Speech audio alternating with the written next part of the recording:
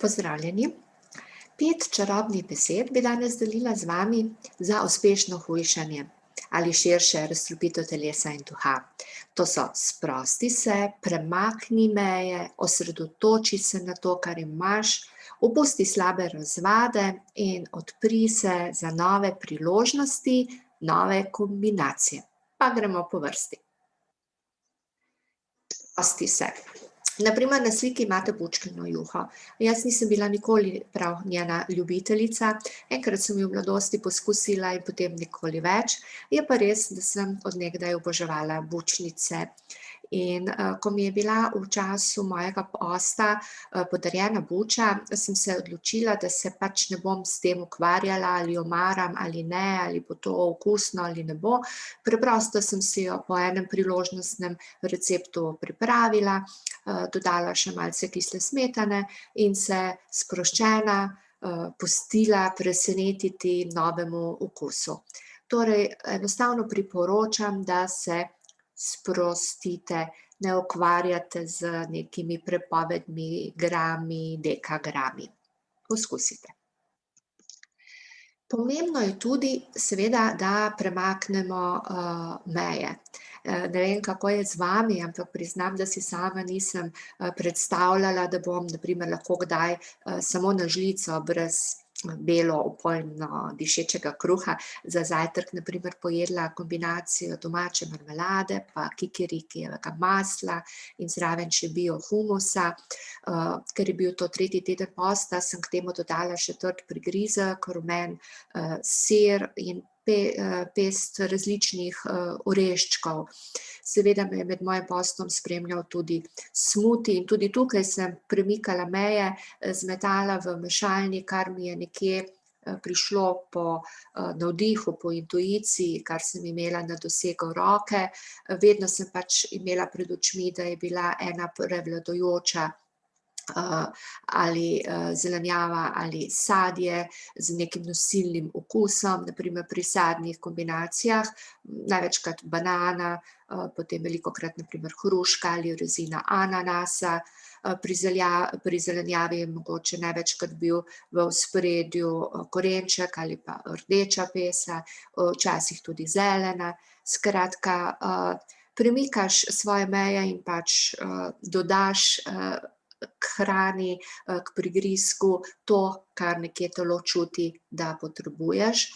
No, tukaj vidite še polovičko tabletke, skratka, treba je skrbeti seveda tudi za odpornost organizma. Jaz sem med epidemijo v fazi razstrupljanja oziroma 21-dnevnega posta jemala tudi različna prehranska dopolnila ali pa dodatne vitamine, no, cink je bil tudi eden od teh za izboljšanje odpornosti organizma.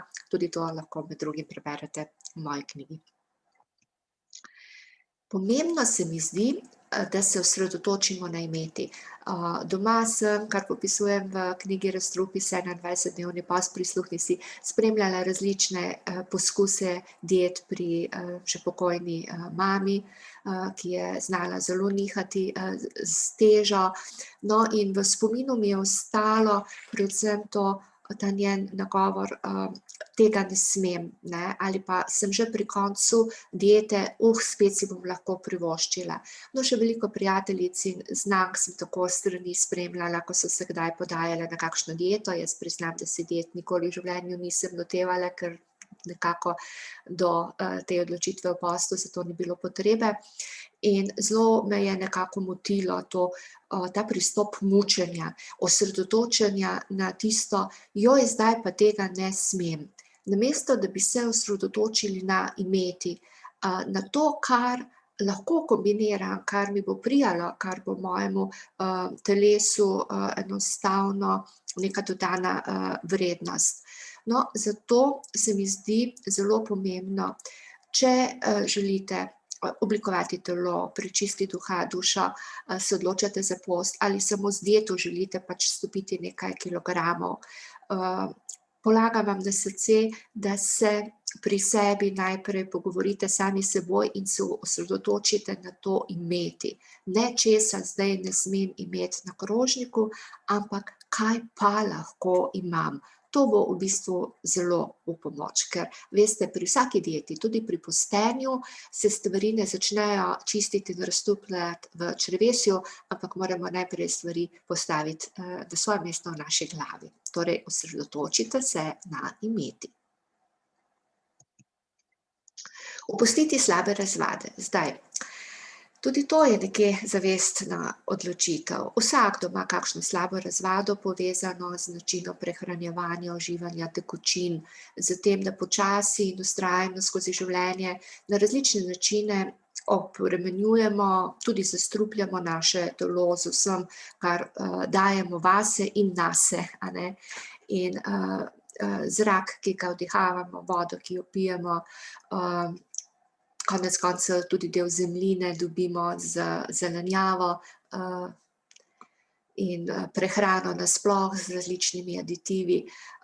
Še konec koncev na glavo marsikaj damo, da prikrijemo naše sive lase, veliko kemije.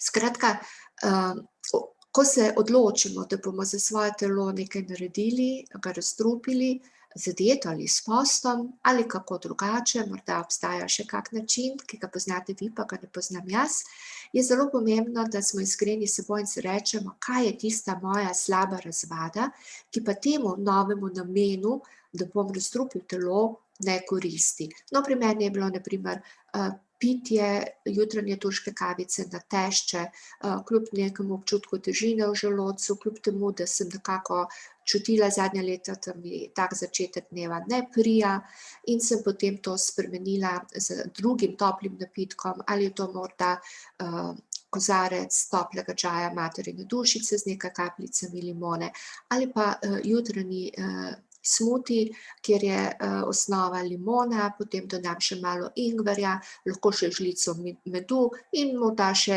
karkoli pride pod roko, se še kaj doda, kakšna rezina. Pomembno je, da to narediš s toplo vodo in resnično osveži takšen napitek, a ne, in dan se začne bolj zdravo, bolj prijetno.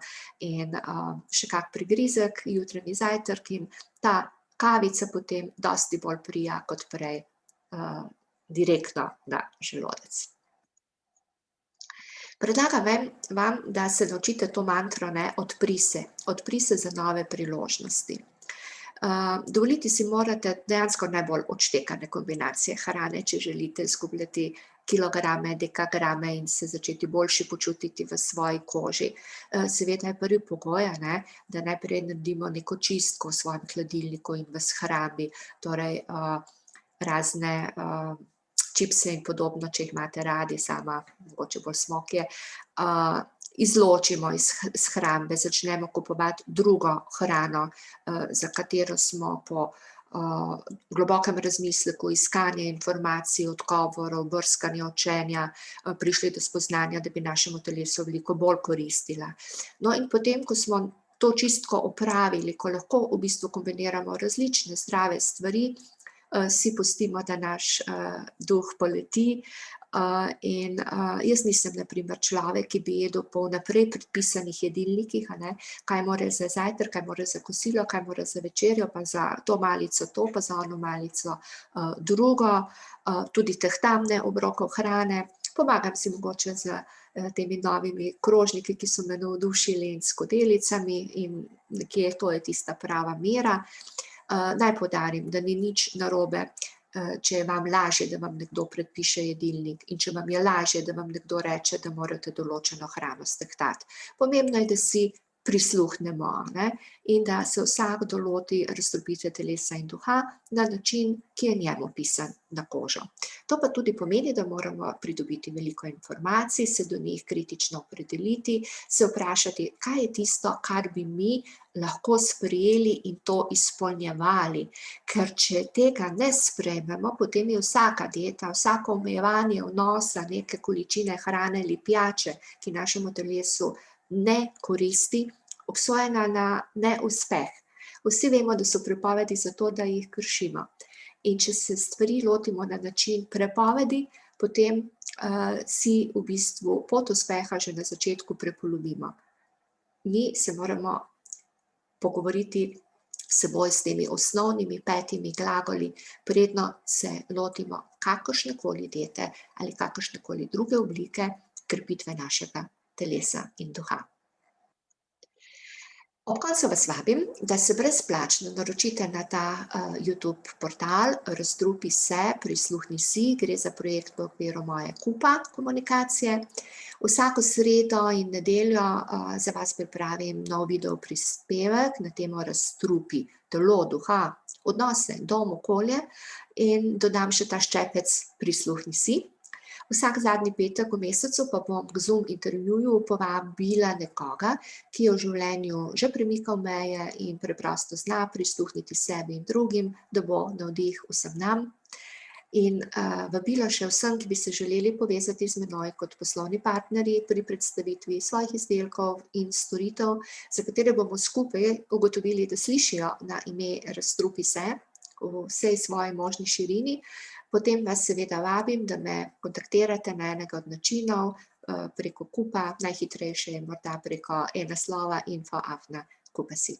Prijeten preostanek nedelje vam želim in srečno, razstrupite se in predvsem prisluhnite si.